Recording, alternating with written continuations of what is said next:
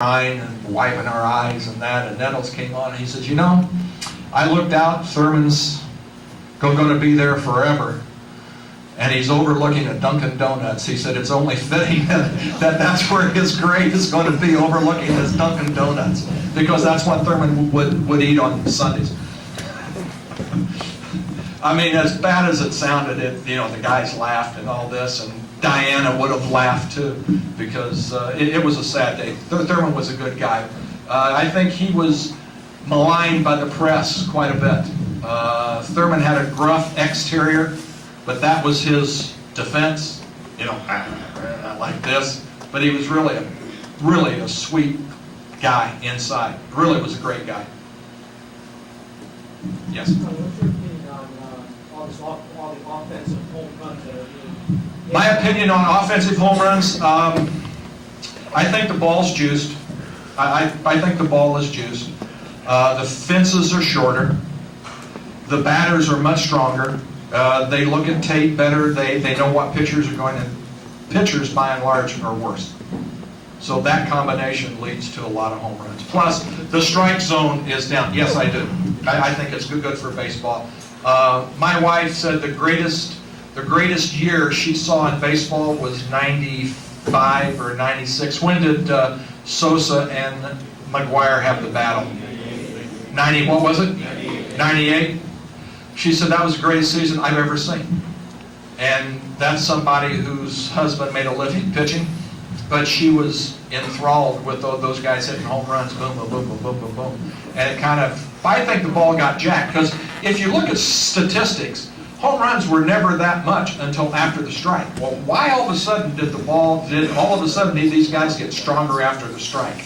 Got stronger after the strike because the ball was jacked. And plus you got pitchers that can't make pitches.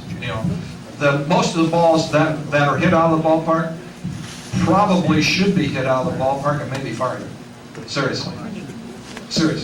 Because the pitches are just horrible. Guys can't make the pitches anymore. The guys that do make pitches win. Yeah, Maddox doesn't give up many home runs. Schilling doesn't give up many. Martinez doesn't give up many. Pettit doesn't give up many. Why? Because they can pitch. But the guys that can't, they throw the ball. Oh, that ball moved. Jeff Weaver in the series. Well, that ball moved. Well, the ball was letter high. Yeah, it moved right on his back. And moved out of the ballpark. Yeah. How widespread use is steroid? I don't know. If I would say 25%, I'd be lying, because I don't have any idea. If I would say none, I'd be lying, because I don't have any idea. Do I think guys use them? Yeah, absolutely. With the money that's out there, because you see pitchers that all of a sudden they're throwing 91, 92, 91, 92, and the next year all of a sudden they're throwing 96 or 7. How does this happen? And what you see in the minor leagues, see, they're tested in the minor leagues all the time, at random. Boom, they come in. We had testing last year, had them tested one day. They went and they came back in the next day and they were retested. They can be done anytime in the minor leagues because there's no players union in the minor leagues. So whatever you see in the minor leagues is generally right on. But look at the home runs. There aren't very many home runs in the minor leagues. Even playing in the Coast League where the balls fly, the Albuquerque team is called the Isotopes, and that ball moves like an isotope out there because you're up 6,000 feet and the ball just travels. Colorado Springs, the ball travels, but they don't hit large amounts of home runs. It's just strange. All of a sudden, guys get to the big leagues, and all of a sudden, their power comes. And they say, well, they're on a weight training program. Those guys in the minor leagues lift like crazy, too. There's a reason. Why? Do they do it? I'm sure they do. And you know what? With the money that's out there, guys will look at it and they'll say, hey, I'll take a cycle or two of that this year, and I'll lift, I'll get strong, boom, and I'll take it and make my contract to two contracts and go on. And like I was on a radio show the other night with Jose Canseco, and they were talking, and I told the interviewer, I called in, I was in my car, on my cell phone, and I said, hey, Pac. I said, Tommy John, you know, hey. Jose said, TJ. I said, hey, Pac. I don't know if Jose took steroids or not. I said, but I can tell you this. Steroids didn't help him when you throw that sinker about 4 inches off the plate, and he took it. Or he goes to take that sinker, and he goes down there and goes, bam, and hits the ball to right center field, base hit. I said, I saw him hit home runs, humongous home runs, in batting practice. I said, you know, the fact that a guy takes steroids doesn't make him a power hitter. It means that he's strong. You still have to hit the ball. It doesn't make you a hitter. You know, because if that were the case, my God, everybody would be taking it, that they'd be hitting the ball. It just makes you stronger. I was warming up, and this guy he was on me. And in Boston, you're warming up about right here, and the stands are right about there. I mean, they're just a little ways back. And this guy was on me. He was, you know, cursing me and all this and everything. You know, and I would say, you know, you Red Sox fan. And he, you know, you guy. So I get done warming up, and I go get a baseball from Jeff Torborg, and I sit down. And I always warmed up into the first inning. And then I would sit down, and I'd wait till the first inning was over, and then I'd walk back to the field in between innings. So I put on there, I said, I signed to the greatest Red Sox fan ever, Tommy John. And I went, I said, hey, you. He looked up, and I threw him the ball. He looked at it. He said, that's pretty nice, John. He said, you still suck.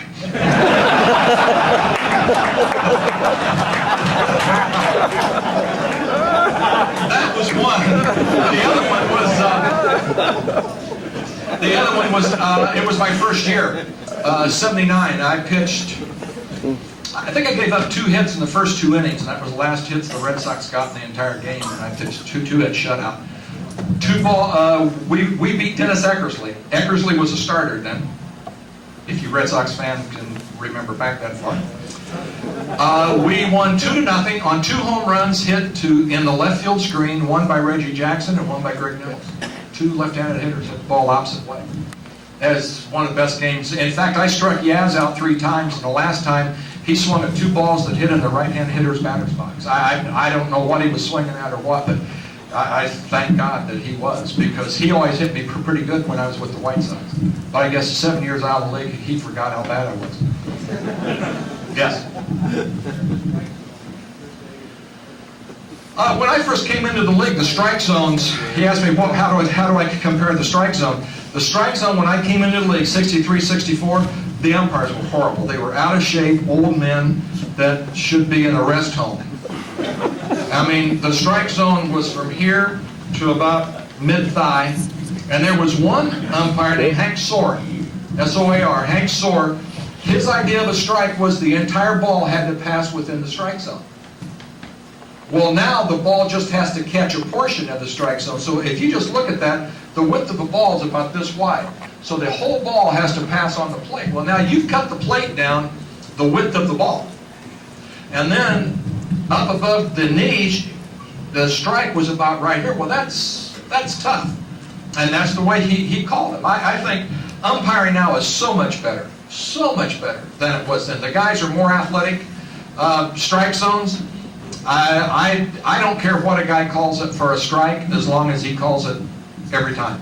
Because whenever I go out with him, I didn't have to buy anything. Al Lopez was very good. Eddie Stanky, I loved, absolutely loved. And in fact, I want to write his widow and see if she has something of Eddie's baseball-wise that she would send me, because I would like to keep it for a keepsake, because I just thought he taught me more about baseball than probably any manager I was around, because I was a young kid, and he just, you know, he called me in. He said, Tommy, look, you're single, you're young, you're in Chicago, there's a lot of distractions. Just be ready to pitch every 5th day. I said, Eddie, you know, I will. You know, don't worry, I will. And he would just call me in and talk to me like a father would his son. And that's why I like Dick Hauser, love Dick Hauser, because Dick and I were teammates my first year with Cleveland, 63, 64. Clyde King. Clyde King was very, very good, better than what people thought.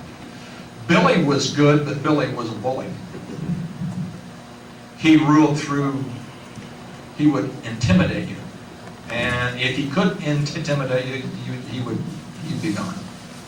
That's why he did better with older guys. Or, first year in, he'd have those guys going like this, and they play like hell. Then after they said, hey, I don't need this, then he would lose the ball club. Then he'd have to go. And if you looked at his career, that's about what he did. And then he would manage. I remember one time in Detroit, he left Dick Tidrow in just to get pummeled. And we were in the ball game, and he just left him in. The guys were going, what's he doing? And I think that he did it just to get back at George. George had said something to him, and he just, I'll manage the way I want to manage.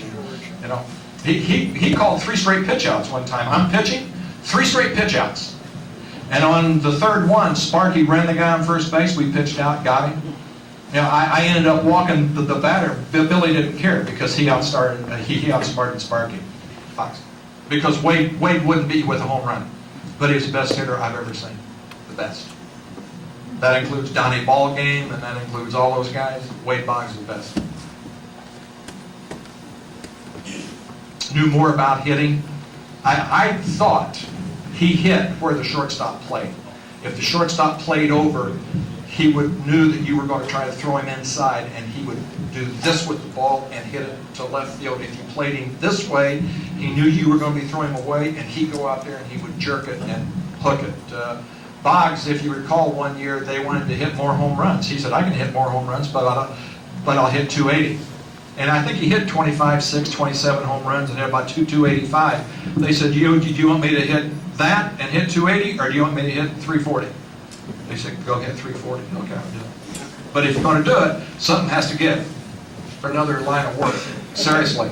He said, I don't want to be the bearer of bad news, but probably you won't pitch again, because I don't think that the surgery, because it hadn't been done, so he really didn't know what was going to happen. And he said, I don't think the surgery can withstand the rigors of pitching, so if there's something else that you can do. And I said, no. I said, if it takes me 2 or 3 years, 4 years, I'll be back. I'll be back. In fact, I had my plan C or plan D was I called up Hoyt Wilhelm, and I said, Sarge, I may be coming down to spend the winter with you and Peg. We can work on a knuckleball, because that was my last option, was going to the knuckler, and I should have done it because I'd have still been pitching. Well, look at Wakefield. I mean, I can throw the ball now 75 miles an hour, and that's his best fastball. Last one. What we got? Back here in the back, a young man that won the Jim Rice bat. You can probably sell that to the Terra Novas for $6,000, $8,000. What do you need? Who? My first game? My first game I ever pitched in was in DC Stadium. Now it's called RFK Stadium, or maybe it's back JFK. I don't know what it is. But it's one of those stadiums that the rats are like this big. And they called me in out of the bullpen. It was a call up in September, and I couldn't get the gate open. I never seen a gate like that. And I go, oh. I said, I'm going to have to ask somebody to help me. Here, this group that they just called up, can't get the gate open. Oh, this is going to be embarrassing. And all of a sudden, must have been a divine intervention or whatever, but the gate popped open, and I walked out. The first guy I faced was a guy named Freddie Valentine with the Washington Senators, managed by Gil Hodges. The second guy I faced was a guy named Don Zimmer. And if he would have charged them out, I would have done a little more than Pedro did.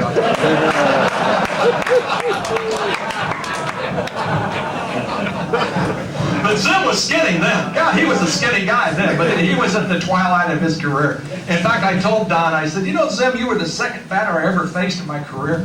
Nah, you're kidding. What'd I do, strike out, ground ball? I said, yeah, you hit a little topper down the third base line that he beat out for a base hit. But Zim could run. I mean, he could absolutely flat run. when he was a young man. Really was fast. Seriously. You look at him now, you run to the bathroom or something. So you can't come up again. I didn't come up here earlier. That's also been out of. Right, you're here. So 2 per person and To who? Pat. Are you Pat? Yes, I am. Okay. I did that to a kid. He said, I'm not going to sell it. So, especially started the game, and I was kind of in a playful mood. So I said, "What's your mom look like?" He says, "Oh, she's here at the ballpark." I said, "Bring her down." I said, "I want to check her out." Oh boy. So he goes down. And his mother comes back, and I go, "Oh." And she said, "Did you want to see me?" And I said, "Yeah, stand there." I said that if you were nice looking, I'd sign his ball. She stood there, she turned around like that. She said, I said, "Give me the ball." Open mouth. My pitcher and my catcher down there, they said, "I can't believe you did that." And I said, "Well, I didn't believe the kid would do it." Yeah. I said it to be funny. And the kid says, "Oh, I can get Mom." Good. yeah, no. Thank God you have sense.